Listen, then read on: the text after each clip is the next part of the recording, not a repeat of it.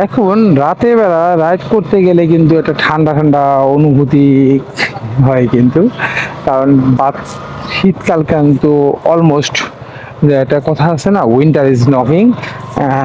এখন আমাদের বর্তমান পরিস্থিতি কিন্তু অলমোস্ট সেরকমই, উইন্টার ইজ নকিং।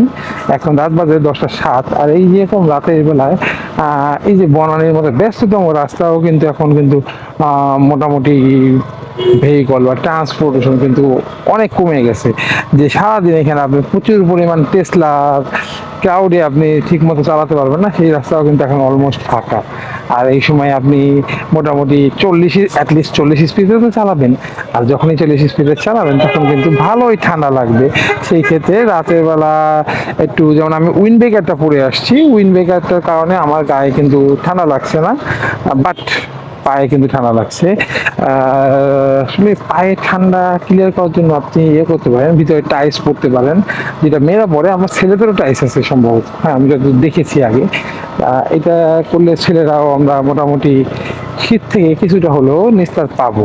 কিন্তু দিনের বেলা কিন্তু প্রচন্ড গরম, যার কারণে আপনি যে টাইসটা পরে থাকতে পারবেন তাও না।